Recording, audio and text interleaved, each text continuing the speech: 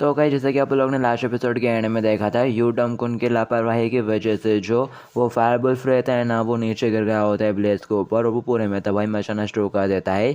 तो अब आगे दिखाया जाता है सभी गांव वाले उसे डर के भागना शुरू कर देते हैं। यहाँ पर हमें एक लड़की को दिखाया जाता है जो कि रोते हुए भाग रही होती है, उसके ऊपर एक पिलर गिरने वाला होता है। वो बेहद घबरा जाती है और जोर से चिल्लाती है कि तभी यहाँ पर यू डमकुन आकर उस पिलर को 2 हिस्सों में काट देता है और उस लड़की को बचा लेता है। कह रहा होता है जल्दी से यहाँ से दूर भाग जाओ और तेजी से उस वुल्फ की तरफ बढ़ता है। तो वो वुल्फ भी अपने पंजे से यू डमकुन के ऊपर अटैक करता है। तभी यू डमकुन अपनी तलवार को सामने करते हुए उसके पंजे को रोकता है और साथ ही स्लैश मारते हुए थोड़ा साइड में हो जाता है। तो वो वुल्फ फटाक से अपना बड़ा सा मुंह खोल के उसे खाने लगता है। तभी यू मुस्कुराते हुए कहता है भले ही तुम सन वुल्फ आपस में कंबाइन हो गए हो, लेकिन मैं फिर भी श्योर हूँ कि तुम सर्वरस का मुकाबला नहीं कर पाओगे। और वो यहाँ पर सर्वरस को समन कर लेता है जो कि आते से उस सन वुल्फ के ऊपर अटैक कर देता है। उसे अपने मुंह से दबोच के वहीं पे गिरा देता है। यू कहता है बहुत अच्छे, इसको ऐसे ही टाइटली पकड़े रहना सरबरस। और वो तलवार को हवा में उठाता है और कह रहा होता है ठीक है अब टाइम आ चुका है इसे खत्म करने का, और चला देता है। जोर का धमाका होता है। एक गांव वाला उस तरफ देखता है और कह रहा होता है आखिर ये पर्सन है कौन, सडनली आसमान से नीचे आया और उसने इतने खतरनाक बड़े बीस्ट को इसलिए हरा भी दिया। तभी उस अंकल के साइड में सोयुल आ जाती है और उसे बताती है इस गॉड का नाम यू डमकुन है। वो आदमी कहता है यू डमकुन। सोयुल बोलती है इस आदमी के अंदर वाकई में स्पॉटलाइट में आने के लिए कोई तो चीज़ है। और फिर नेक्स्ट सीन में दिखाया जाता है यू उन वुल्फ से उनके लगा हुई फायर को डबल से उनके मुंह के अंदर निगलवा रहा होता है। यू कहता है गुड, तुम तो काफ़ी अच्छे से खा रहे हो, तुमको अपनी फैलाई हुई टट्टी को अच्छे से समेटना चाहिए। और फिर यू साइड में मुड़ के देखता है और चिल्लाते हुए कहता है तुम लोगों ने खेलना शुरू कर दिया जस्ट बिकॉज क्योंकि मैं तुम्हारे ऊपर नजर नहीं रख पा रहा हूँ, हाँ देखा नहीं तो तुम लोग शुरू हो जाओगे। वो वुल्फ भी घबरा जाते हैं।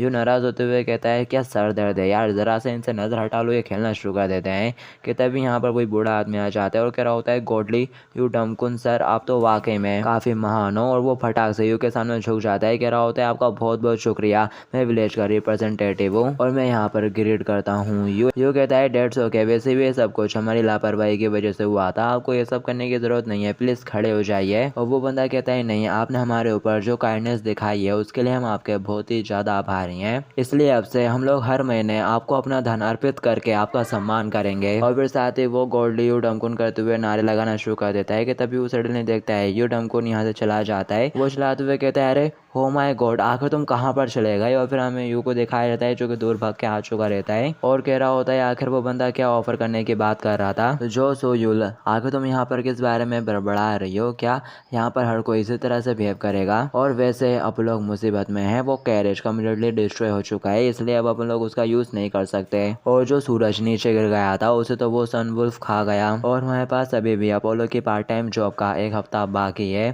अब हमें क्या करना चाहिए। सोहेल कहती है आखिर से तुम्हारी सोहेल कहती है आखिर तुम्हारे इस बात से क्या मतलब, अब लोग बस एक और बना लेंगे। ये उसके पास उनके हैरान हो जाते हैं और कह रहा होता है क्या तुम एक सन बनाने की बात कर रही हो, आखिर कौन बनाएगा, मैं इन सारी चीजों में बिल्कुल भी अच्छा नहीं हूँ। सोहेल कहती है अरे तुम नहीं, कोई ऐसा बंदा जिसको तुम भी काफी अच्छे से जानते हो। और यहाँ पर सोयुल हेडसन के बारे में बात कर रही होती है। और फिर दिखाया जाता है ये लोग हेडसन की जगह के पास पहुंच जाते हैं। यू डमकुन कह रहा होता है तो तुम्हारा मतलब हेडसन से था, लेकिन क्या तुम्हारे पास इतना पैसा है कि तुम उससे एक सन क्रिएट करवा सको, क्या तुम्हारे पास इनफ मनी है। सोहेल बोलती है क्या मनी, मेरे पास तो बिल्कुल भी पैसा नहीं है। ये सुनते से डमकुन हैरानी से उसकी तरफ देखता है और बोलता है क्या तुमको ऐसा नहीं लगता इससे कोई फर्क नहीं पड़ता कि तुम और हेडसन आपस में कितने ही क्लोज क्यों ना हो, लेकिन उससे एक सन क्रिएट करवाने के बारे में बोलना, वो भी बिना किसी कंपनसेशन के। तभी सोहेल कहती है बातें करना बंद करो और चुपचाप मेरे को फॉलो करो। लेकिन जो यू था वो तो बेहद ही फ्रस्ट्रेट हो जाता है और चिल्लाते हुए कहता है ऐसा बिल्कुल नहीं होने वाला कि जो हेडसन है वो तुम्हारा ये ऑफर एक्सेप्ट करेगा, मैं तुमसे बेट लगा सकता हूँ, हेडसन फ्री में काम तो करने नहीं वाला। और साथ ही वो कहता है चलो शर्त लगाते हैं, हारने वाला जीतने वाले की एक विश पूरी करेगा।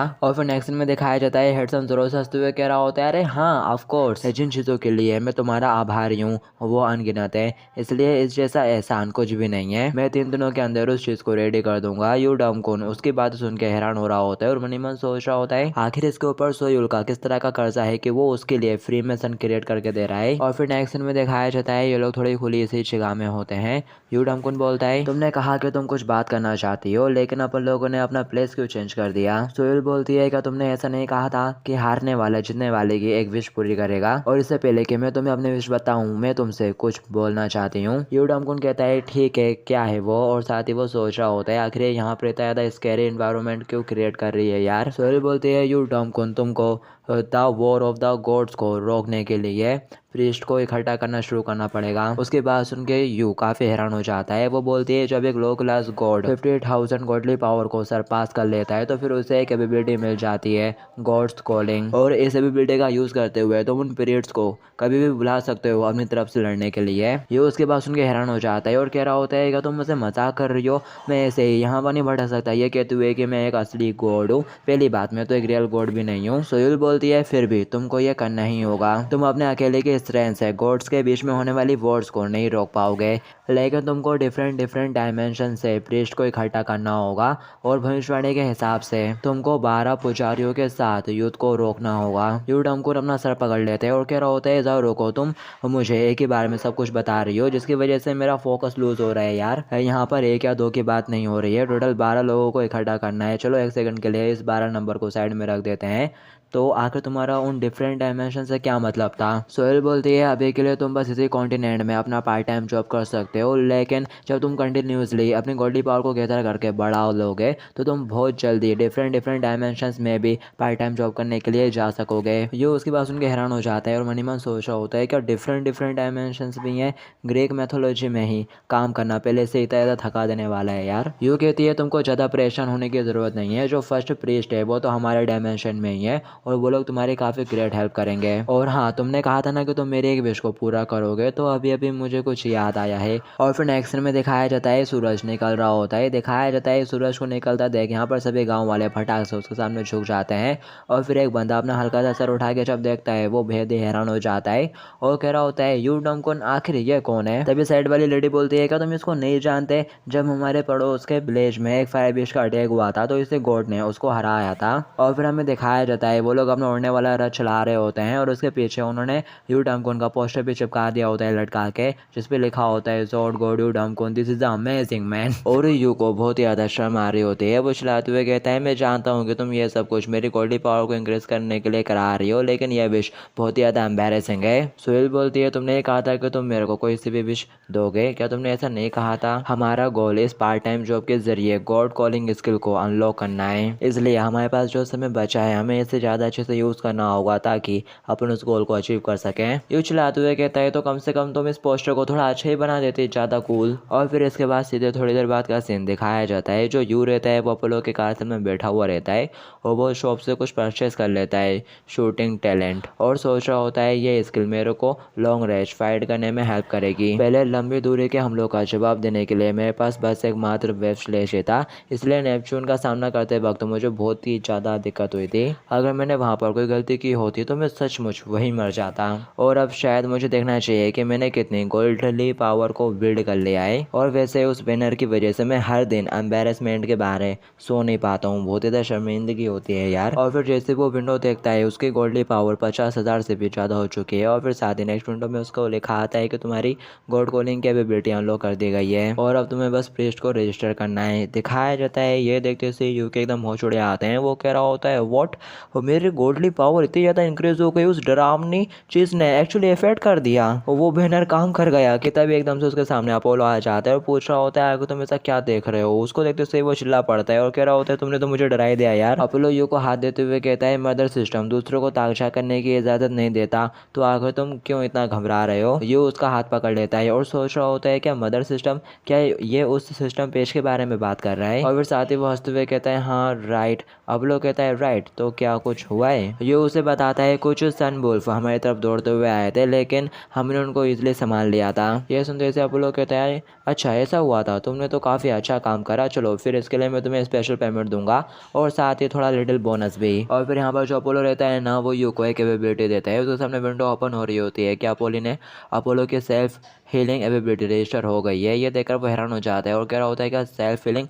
अपोलो हंसते हुए कहने लगता है हाँ, ये एक ऐसी एबिलिटी है जो तुम बस पार्ट टाइम जॉब करके ही हासिल कर सकते हो। और वैसे यहाँ पर बहुत सारे गॉड्स हैं जिनको ये वाली एबिलिटी चाहिए और ये तुम्हें मिल गई है, तो बताओ कैसा लग रहा है तुम्हें? और साथ ही वो जोर से हंसना शुरू कर देता है और स्नो उसको देख के नाराज सी लग रही होती है। दिखाया जाता है यू उसकी तरफ देखता है और हाथ फेरते हुए कहता है स्नो तो तुम जाग गई, स्नो मेरे को थोड़ा तुम्हारी स्ट्रेंथ का यूज़ करने दो। तो वो भी आगे से विंग विंग करती है। और फिर दिखाया जाता है जो यू रहता है वो स्नो को नाइफ में बदल लेता है और ये देखकर अपोलो बहुत ही ज़्यादा हैरान हो रहा होता है। यू अपने हाथ के ऊपर एक कट मारता है और कह रहा होता है मेरे को इस वीडियो को चेक करना है ज़रा। और फिर साथ ही जैसे ही उसके हाथ पे कट लगता है है उसकी जो सेल्फ हीलिंग कैपेबिलिटी है जो उसे अभी मिली है वो एक्टिवेट हो जाती है और उसकी चोट धीरे धीरे हील होना शुरू हो जाती है। वो देखता है और कह रहा होता है ये तो काफ़ी स्लो है, लेकिन मैं देख पा रहा हूँ ये हील तो हो रहा है थोड़ा थोड़ा करके। और वैसे ये जिस तरह से हील हो रहा है ये थोड़ा बहुत क्यूट भी है कि तभी यहाँ पर स्नो उसकी उंगली को चाटना शुरू कर देती है। और जो यू है वो बहुत ही ज़्यादा खुश हो जाता है और कह रहा होता है स्नो तुम मेरी उंगलियों को इसलिए चाट रही हो ना क्योंकि मैंने खुद को इंजर्ड करने के लिए तुम्हारा यूज़ करा। तो वो भी आगे से विंग विंग करना शुरू कर देती है कि तभी अपोलो उसके भेद के करीब आ जाता है, वो चढ़ आती है।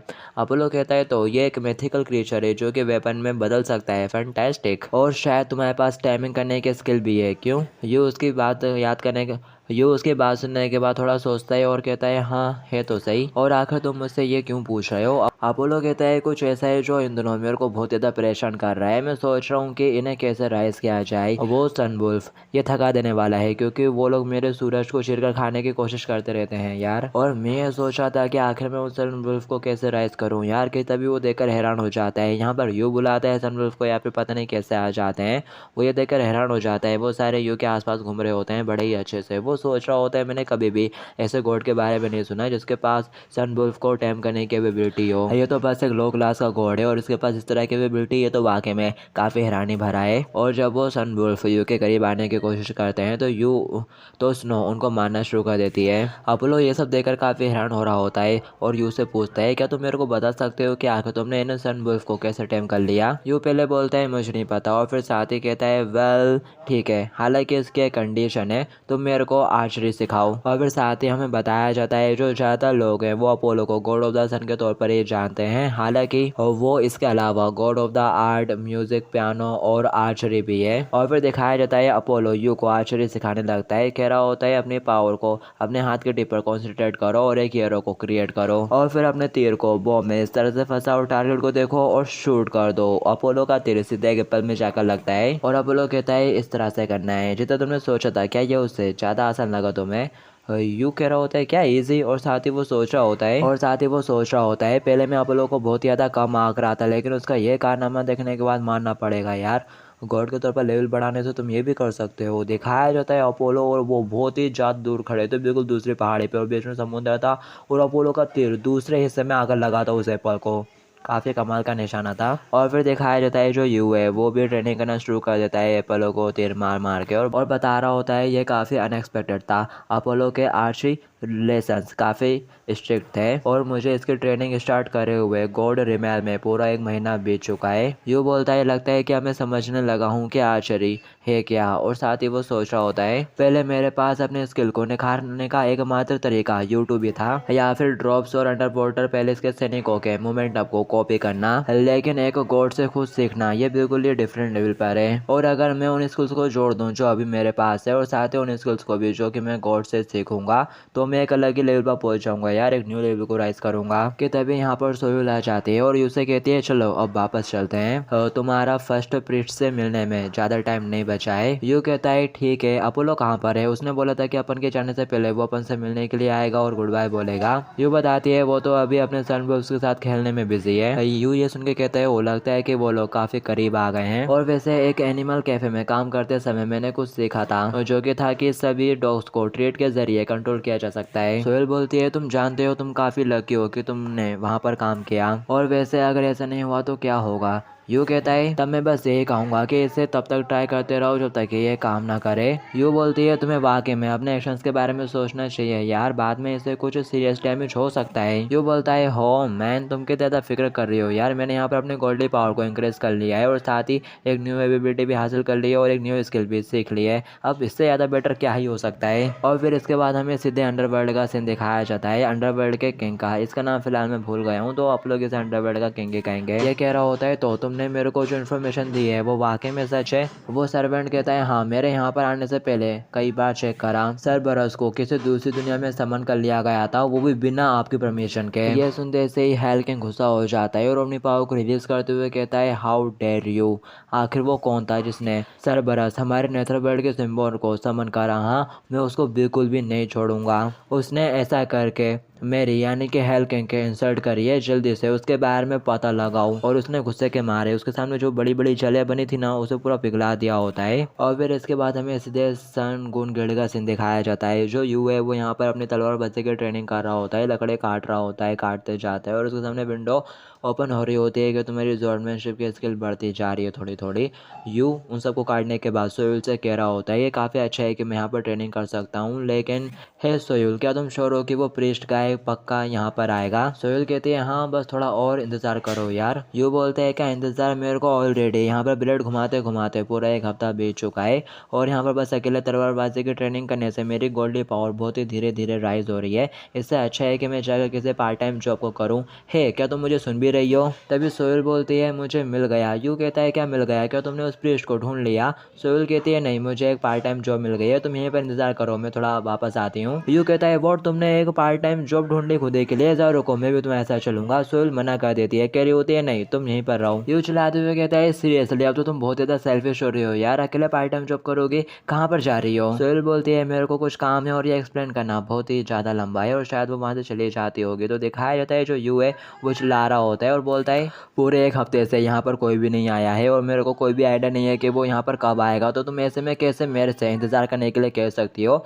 यहाँ पर इंतज़ार करने से बेटर है कि मैं भी जाकर एक पार्ट टाइम जॉब ही कर लूँ। कि तभी पीछे से कोई बंदा बोलता है तुम्हारा जन्म एक गरीब फैमिली में हुआ है तो पार्ट टाइम जॉब करना तुम्हें पर सूट करता है, और साथ ही हंसना शुरू कर देता है। यू बोलता है ये अनोइंग वॉइस, अरे नहीं ये फिर से। श्योंग कहता है ये तो बहुत ज़्यादा क्लियर है, तुम हंटर होने की एक्टिंग करते हो लेकिन अब सब कुछ तुम्हारे लिए बहुत ज़्यादा डिफिकल्ट होता जा रहा है, इसी वजह से तुम एक पार्ट टाइम जॉब ढूंढने की कोशिश कर रहे हो, क्यों? और फिर साथ ही वो हंसते हुए कहते हैं अगर मैं इसके बारे में ज़रा सोचूं तो तुम जैसे पर्सन को कोई अनटैलेंटेड पर्सन ही अपने पास पार्ट टाइम जॉब दे सकता है, दोनों अनटैलेंटेड पर्सन एकदम कचड़ा।